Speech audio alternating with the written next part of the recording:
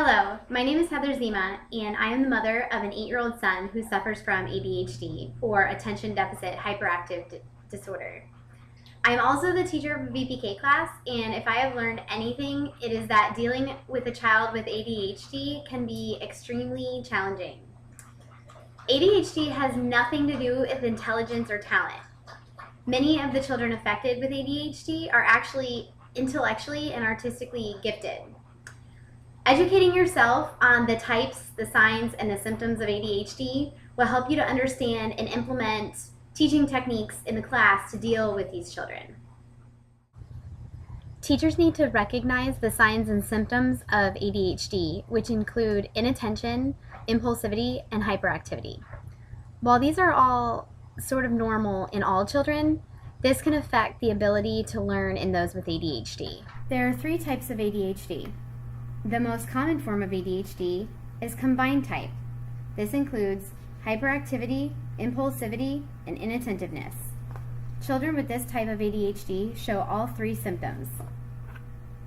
Hyperactive impulsive type. Children show both hyperactivity and impulsive behavior, but for the most part, they are able to pay attention. Inattentive type. Formerly called attention deficit disorder, or ADD, these children are not overly active, and they do not disrupt the classroom or other activities, so their symptoms might not be noticed. What exactly is hyperactivity? Consistent fidgeting and squirming. Leaves his or her seat in situations where sitting quietly is expected. Moves around constantly, often runs or climbs inappropriately. Talks excessively. Difficulty playing quietly or relaxing. Is always on the go, may have a quick temper or short fuse. What exactly is impulsivity? A child that acts out without thinking, blurts out answers in class without waiting to be called on or hear the whole question, can't wait his or her turn in line, interrupts others, intrudes on other people's conversations, inability to keep powerful emotions in check, resulting in angry outbursts or temper tantrums, guesses rather than taking the time to think and solve the problem. A good place to start would be to say what ADHD isn't. It is not a result of bad parenting or your child being lazy or disobedient. ADHD is a biological condition that makes it hard for many children to sit still and concentrate. There are various areas of our brain that controls our abilities to concentrate and to hit the brakes. These areas may be less active and develop more slowly in kids with ADHD. The best evidence for this occurs in the front part of our brain, or the frontal lobe. This can upset the balance of certain brain chemicals. It can also explain why your child may have more trouble socially than his peers. Kids don't ever outgrow ADHD. The symptoms may change over time, but ADHD is a lifelong condition. That doesn't mean that your child can't be happy and successful. There are many effective strategies and treatment options you can try to manage your child's symptoms. Kids and families are all different, so not all options will work for you. It takes trial and error to see what fits your child and family. But finding the right strategies and seeing an improvement can boost everyone's confidence, including your child's. ADD and ADHD are not all negative. Some positive traits associated with people with ADD and ADHD are that they are creative. While they are easily distracted and will daydream, they often notice things that others don't see. They are flexible. They consider lots of different options and don't become set on one idea. They are open to different ideas. They are enthusiastic and spontaneous. They have many different interests and have a lively personality. Energy and drive. When they are motivated, they work or play hard and strive to succeed. It will be difficult to distract a person with ADHD from an activity that they are interested in, especially if the activity is interactive or hands-on. My master made me this collar. He is a good and smart master, and he made me this collar so that I may talk. Squirrel! My master is... Students with ADD and ADHD present the following challenges for teachers. They demand attention by talking out of turn and moving around the room. They have trouble following instructions, especially when they're presented in a list. They often forget to write down homework assignments, do them, or bring completed work to school. They often lack fine motor control, which makes note-taking difficult and handwriting a trial to read. They often have trouble with operations that require ordered steps, such as long division or solving equations. They usually have problems with long-term projects where there is no direct supervision. They don't pull their weight during group work and may even keep a group from accomplishing its tasks. In a typical school setting, a child is being asked to complete several simple tasks, such as sitting still, listening quietly, paying attention, What? following instruction, concentrate. Let's go jump. These are the very things the brain of a child with ADD and ADHD won't let him or her do. There are 3 significant plans in place to help children with ADHD. Section 504 of the Rehabilitation Act, Americans with Disabilities Act, or ADA, and Individual with Disabilities Education Act, or IDEA.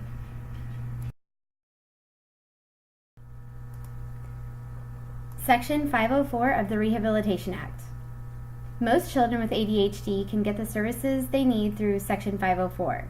Section 504 states that any school receiving federal money must provide equal educational opportunities to children with disabilities. ADHD is often addressed by a 504 plan because schools can usually satisfy the needs of these students with simple, low-cost accommodations.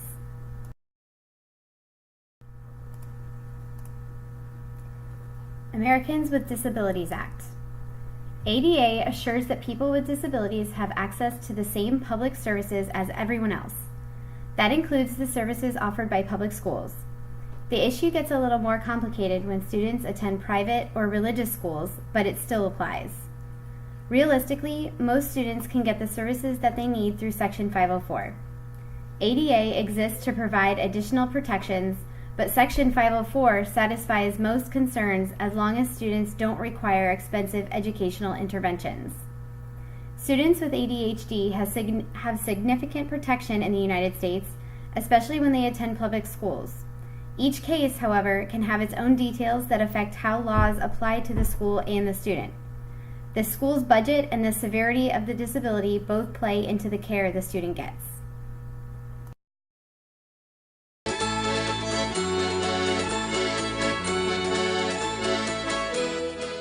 Section 504 Coordinator.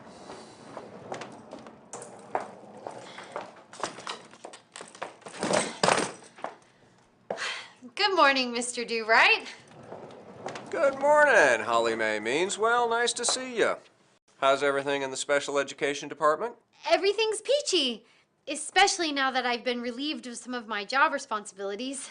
What do you mean? Well, I just got a memo from the superintendent that says I won't have to worry anymore about Section 504.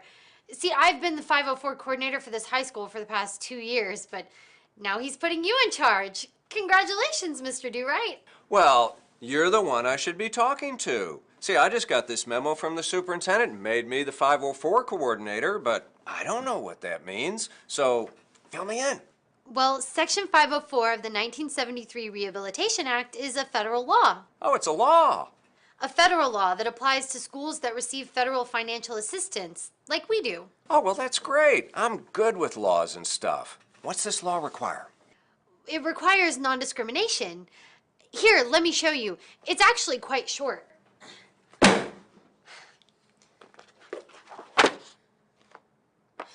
No otherwise qualified individual with a disability in the United States, as defined by Section 70520 of this title, shall, solely by reason of her or his disability, be excluded from the participation in, be denied the benefits of, or be subjected to discrimination under any program or activity receiving federal financial assistance. That's the crux of it. Non-discrimination against people with disabilities. Individual with Disabilities Education Act. There is some confusion regarding whether IDEA addresses the educational needs of students with ADHD. ADHD is not listed as a qualifying disability within IDEA, though it can be considered part of the other health impaired category of disabilities covered by the law. IDEA definitely supports the rights of students with ADHD, but only when the problem is so severe that it requires an individualized education program or an IEP. This can make it more difficult for children with ADHD to qualify.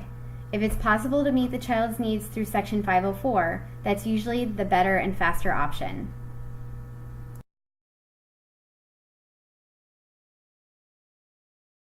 Have you ever had the experience of being the only person in a classroom who had trouble doing something or understanding a certain concept? How would you feel if every day in school you faced the same kind of difficulty, while everyone else seemed to find the work easier than you? What kind of support and teaching would you need to keep trying?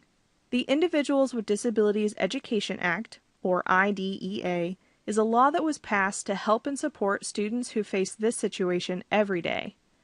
The current version of the law was passed in 2004, but it's based on a law that was first created in 1975, known as the Education for All Handicapped Children Act. It revolutionized the education of children with disabilities, which, in 2001, was more than 6 million children. The IDEA requires that public schools provide specialized services to all children with disabilities from birth to age 21 for the purpose of granting equal access to education. A specific part of the law mandates public schools to create an Individualized Education Program, or IEP, for each student who is found to have an eligible disability. An IEP is a document that is drawn up and agreed upon by teachers, parents, specialists, and, if possible, the student. The document describes the present achievement level of the student, then specifies goals for the school year, as well as any special support needed to achieve those goals.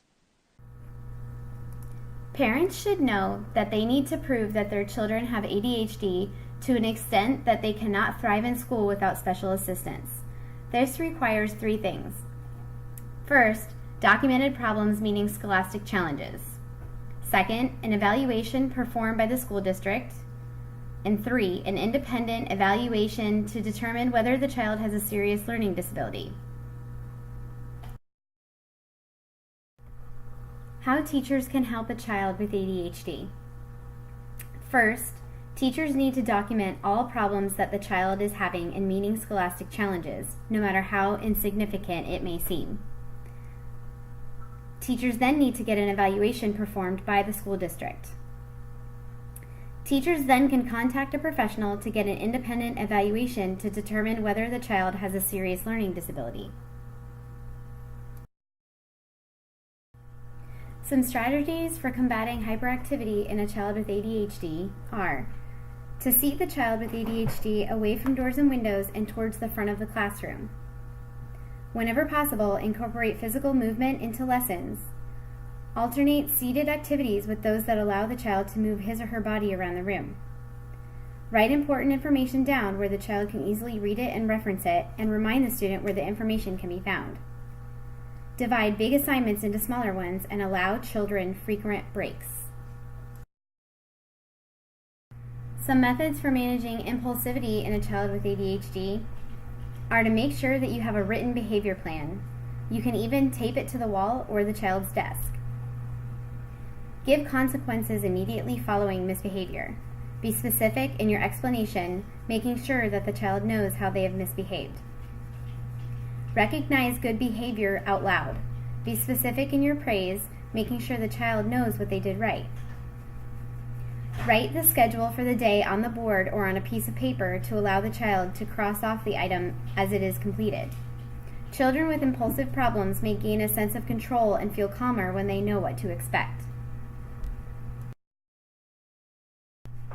According to the 504 plan, some of the most effective options include providing extra time to complete work, breaking large projects into smaller tasks, offering a place for ADHD students to take breaks without interrupting others, and using verbal and written instructions. Effective interventions depend on the student's unique needs. A little patience and creative thinking can go a long way.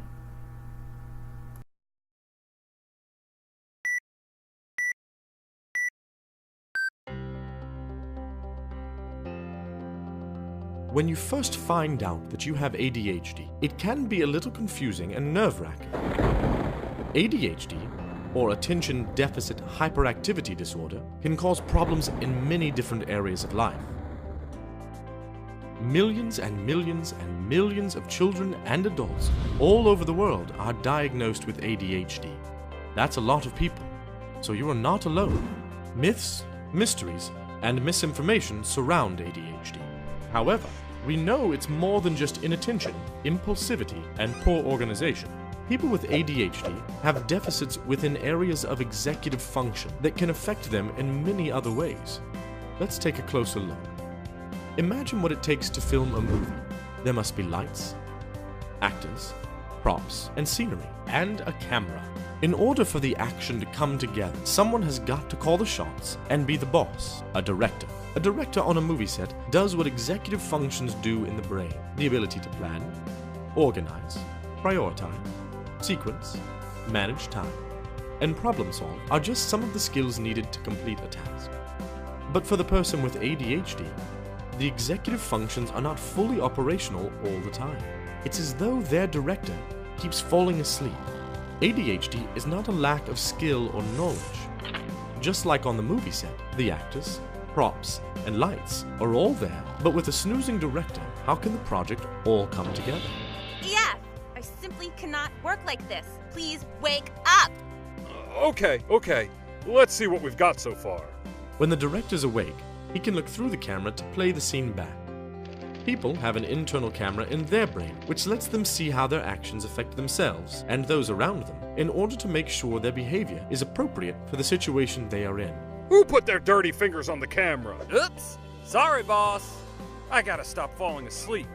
There are lots of things you can do to wake up your director, clean your camera lens, and increase your confidence as you go through life. Succeed! Don't just survive.